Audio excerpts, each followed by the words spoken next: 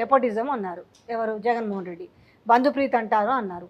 ఇప్పుడు తను చెప్తున్న వర్షన్లో ఏముంది, వాళ్ళ మేనమామ రవీంద్రనాథ్ రెడ్డికి ఆయన వచ్చిన కాంచి ఎమ్మెల్యే పదవి వస్తూనే ఉంది. సరే గెలుస్తున్నాడు, ఇస్తున్నాడు. దాని తర్వాత సుబ్బారెడ్డి, దాని తర్వాత అవినాష్ రెడ్డి. సో వీళ్ళైతే ఉన్నారు కదా. అప్పటిదాకా తల్లి గౌరవ అధ్యక్షురాలుగా ఉండి ఒక చెల్లెలకి పోని ఒక రాజ్యసభ చిన్న జనరల్గా అనుకునేది ఒక రాజ్యసభ ఇచ్చినా కూడా ఇలా ఆమెది లిటరల్గా కనిపిస్తుంది మనకి.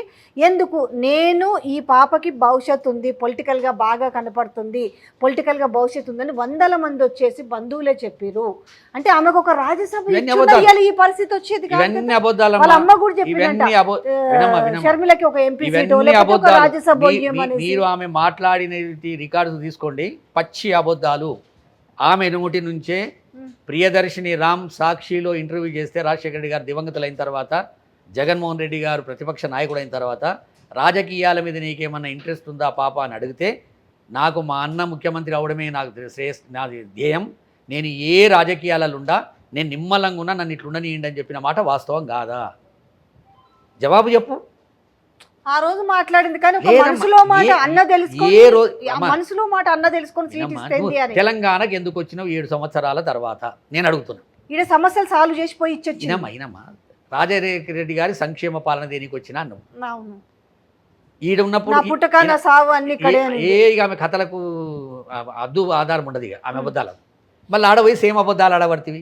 దానికి ఏం చేసినావు? ఎక్స్ట్రా అవినాష్ రెడ్డి గారు ప్రోద్బలంతో చంపిర్రు. ఆయన ముద్దాయికి టికెట్ ఇచ్చారు కనుక నేను ఎంపీకి లవాడికి వచ్చినా అంటుంది. నేను నీవు ఎంపీకి లవాడు నీకు వచ్చినప్పుడు బాజాబ్తా నువ్వు రెఫరెండం అని చెప్పి ఇండిపెండెంట్గా పడేది ఉంటుంది. నువ్వు ఎడవైన్లో పడ్డావు. మన నాయనను, మన అన్నను, మన అమ్మను రోడ్డు మీద గుంజిన పార్టీలకు పోయి తగునామా అని చెప్పి వాళ్ళ సంకలెక్కితే తుప్పు ఉంచారు ఆ జనాలు. ఏం మాట్లాడినావు నువ్వు? తెలంగాణలో రాజశేఖర రెడ్డి గారు బతికునుంటే తుప్పున ముస్తూరి కాంగ్రెస్ మీద అన్నావు. రేవంత్ రెడ్డిని రేటింగ్ రెడ్ అంటివి, బ్రోకర్ అంటివి. ఇక నువ్వు నీ నాలుకకు ఏముంది చెప్పు అంతూ ఆధారం. ఇటువంటి మనిషి గురించి ఇక ప్రజలు ఏం ఆలోచన చేస్తారు? ఆ విషయంలో మీరేమంటారు? కడపలో ఏందమ్మా 10, 5, 15 నేను చేవేల పార్లమెంటులో పడ్డప్పుడు 42,000 పడ్డాయి నాకు. ఒక 24 గంటల ముందు సమైక్య ఆంధ్రప్రదేశ్ నిర్ణయం తీసుకున్న తర్వాత కూడా వైఎస్ఆర్ కాంగ్రెస్ పార్టీకి వెళ్ళి పడితే 42,000 పడ్డాయి నాకు. ఈమెకు 5-10,000 అక్కడిక్కడ పడతాయి. ఈమె స్వాతంత్ర సమరయోధులు కాదు, ఈమె 10 మందికి సేవ చేసింది కాదు. ఏదో ఇబ్బందులలో ఉన్నప్పుడు, కుటుంబ పరంగా ఇబ్బందులలో ఉన్నప్పుడు మేము ఎక్కిన బస్సు ఎక్కి మేము చెప్పిన జనాల దగ్గర మేము ఇచ్చిన స్క్రిప్ట్ మాట్లాడి అన్నకు అండగా ఉన్నమాట వాస్తవం. దానికి ఇవాళ ఓదానికోటి తలిగేస్తున్నావు. నువ్వు చంద్రబాబు నాయుడుకు దగ్గర మనిషే కాకపోతే ఎందుకో కుప్పంలో మీటింగ్ పెట్టలేవు? పవన్ కళ్యాణ్కి దగ్గర మనిషివే కాకపోతే ఎందుకు పీఠాపురంలో పెట్టలేదు? నీకు కేకు పంపినటువంటి ఆర్టిఫిషియల్ తమ్ముడో అన్ననో మంగళగిరిలో ఎందుకో పెట్టకపోతివి? బాలయ్య దగ్గర ఎందుకో పెట్టకపోతివి? నువ్వు పీసీసీ ప్రెసిడెంట్ తీసుకున్నది నిన్ను మొత్తం రాష్ట్రాన్ని ఎలగబెట్టమని కాదు, ఎక్కడ లేదు. 1% 1% కాదు, 100 కంటే తక్కువ సైన్ అందరికి ఎరక.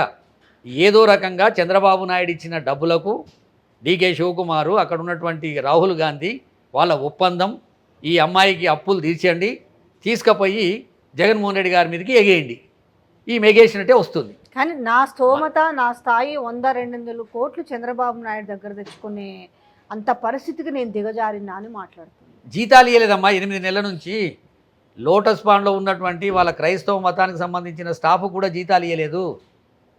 చివరకు పార్టీ మూసేస్తుందని తెలిసిన తర్వాత ఇంటి మీదకి దాడికి వస్తే ఇదే బసవతారకం హాస్పిటల్ వెనకాల ఉన్నటువంటి ఇల్లును 39 కోట్లకు అమ్మిందమ్మా.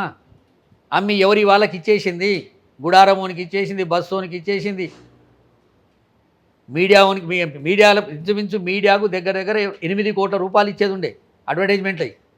ఈమె ప్రజాప్రస్థానం అనుకో లేకపోతే పాదయాత్రని అనుకో వాళ్ళు కవర్ చేసినందుకు దగ్గర 6-7 కోట్లు ఇచ్చేది ఉండే. ఇది అమ్మి ఎవరి వాళ్ళకి ఇచ్చేసింది. కానీ మరి అంత అప్పుల్లో కూరుకుపోయిందాక మరి అన్ననే 92 కోట్లు ఇచ్చిందని అఫిడవిట్లో రాసింది కదమ్మా. నీకు నాకు ఇస్తాడు ఆ 90 ఓటులకు? నీ అఫిడవిట్లే ఉన్నది కదా. చెల్లెలకి ఇచ్చింది కూడా పెట్టుకోవాలా అని లేదమ్మా. 92 కోట్లు వైట్ ఇచ్చినప్పుడు ఇన్కమ్ ట్యాక్స్కి చూపెట్టాలి, ఆయన అఫిడవిట్లో చూపెట్టాలి, ఈమె అఫిడవిట్లో చూపెట్టింది. 19 లక్షల రూపాయలు స్వయాన వాళ్ళ వదిన దగ్గర తీసుకుంది. ఇవాళ వదిన మీద అబండాలు వేసే ప్రయత్నం చేస్తుంది. ఏంది ఇది? ఆ పిల్లనైతే సునీతారెడ్డి పిల్లల పేరు మీద ఏది మన వీలునామా రాసి వచ్చినా ఇక నేను యుద్ధంలో దిగినా నన్ను చంపినా సరే అంటారు. నేను ఎవరు చంపుతారు? నీ ఐషత ఎంత, నీ లెక్క ఎంత, నీ నాయనని ఎందుకు చంపిర్రు? చంపినోడు నీ మొగడు, నీ బావ, అది బయటికి రాగలని చెప్పి నిన్ను సుప్రీంకోర్టు చుట్టూ తిప్పుతుర్రు. అన్ని వేళ్ళు మీదికి చూపెడుతుంటే గుమ్మడికాయలు దొంగ అంటే భుజాలు చూసుకున్నట్టు మీరు తప్పించుకొని తిరగడానికి ఇవాళ మీరు అవినాష్ రెడ్డి అనే పిల్లోని మీద అబండాలు వేసే ప్రయత్నం చేస్తున్నారు. నీకేం అవసరం చెప్పు? ఎఫ్ఐఆర్ అయింది, ఛార్జ్షీట్ వేసిర్రు. అందులో సిబిఐ వాళ్ళు చేసిన ఇబ్బంది తప్పుడు పనా లేకపోతే సిట్ వేసిన వాళ్ళ తప్పుడు పని ఆ కేసులో ఇట్లా రమ్మని చెప్పింది నేను. ఇదే ఇడుపులపాయ సమాధి కాడికి రండి, నువ్వు మీ చెల్లె ఓ అడ్వకేట్ని తోలుకొని రండి, ఛార్జ్షీట్ ముంగట పెట్టుకుందాం. ఇలా ఎవరేమి వాగ్మూలం ఇచ్చిర్రు? రంగన్ ఏం మాట్లాడిండు, సునీల్ యాదవ్ ఏం మాట్లాడిండు, దస్తగిరి ఏం మాట్లాడిండు, పిఏ కృష్ణారెడ్డి ఏం మాట్లాడిండు, అక్కడ ఉన్నదమ్మ చరిత్ర. అన్ని వేళ్ళు వీళ్ళు ఇంటి దిక్కు చూపెడుతున్నాయి. ఆ భయానికి ఎక్కడ మా మొగుడు జైలుకోతాడో, ఎక్కడ నా బావ జైలుకోతాడో, ఎక్కడ మేము జైలు పాలవుతామో అని చెప్పి బజ్జాతుగా రోడ్ల పొట్టి తిరిగి మీరు కొంగు దాపుకుంటా మాటకు ముంగట మా చిన్నాయన చంపిరు ఓటేయండి, మాటకు వెనుక మా చిన్నాయన చంపిరు ఓటేయండి. చిన్నాయన చంపకానికి ఈ ఓటుకు నీ కాంగ్రెస్ పార్టీకి నువ్వు ఆంధ్రప్రదేశ్ బీసీసీ అధ్యక్షురాలికి పర్సనల్గా అటాక్ చేయడానికి ఎక్కడన్నా సంబంధాలున్నాయా? నవ్వుకుంటురమ్మా. నేను 10 రోజులు 12 రోజులు కడపలో ఉండి వస్తున్నాను. నిన్న సాయంత్రం వచ్చిన రాజశేఖర రెడ్డి గారితో సంబంధం ఉన్నటువంటి వ్యక్తులను ఒక 50 మందిని కలిసిన. ఏం రాఘవరెడ్డి, ఈ పిల్ల ఇట్లా ఎందుకు ఇట్లా తయారైంది? పిచ్చి గిట్టలు వేసిందా? దీని ఎంబడి ఎవరున్నారు? ఈ డ్రాఫ్టింగ్ ఎవ్వరితోటి కాదు, చంద్రబాబు నాయుడు కూరలలో ఈ పొరలు జిక్కిర్రు 2 పిల్లలు. అందుకెళ్ళి బయటికి రావాలి. రేపు 13 తారీఖు తర్వాత ఏ గొట్టాలు ముంగట పెట్టరు, ఏ ఛానల్ లైవ్ చూపెట్టరు, ఏ ఫోన్లు లేవట్టరు. రేపు 4 తారీఖు తర్వాత ఈ పిల్ల ఏమైనా చేసుకుంటుందా ఏంది అటువంటి మూర్ఖురాలు అని రాజశేఖర రెడ్డి గారితో సంబంధం ఉన్న డాక్టర్లు, ఇంజనీర్లు, లెక్చరర్లు వాళ్ళు బాధపడుతున్నారు. నువ్వేమో రోడ్ల పట్టి తిరగబడితివి. ఎట్లా చెప్పు? 15 సంవత్సరాల తర్వాత 15 సంవత్సరాలతో రాజశేఖర రెడ్డి గారు చనిపోయి ఆ సమాధి కాడికి ఇవాళ వస్తే తగునామని చెప్పి వెనక తీసుకపోతే కనీసం సమాధిని ముట్టుకోలే రాహుల్ గాంధీ. నిలబడి పోదామనుకుంటే మీరు రిక్వెస్ట్ చేస్తే కూర్చుండు పక్కకు.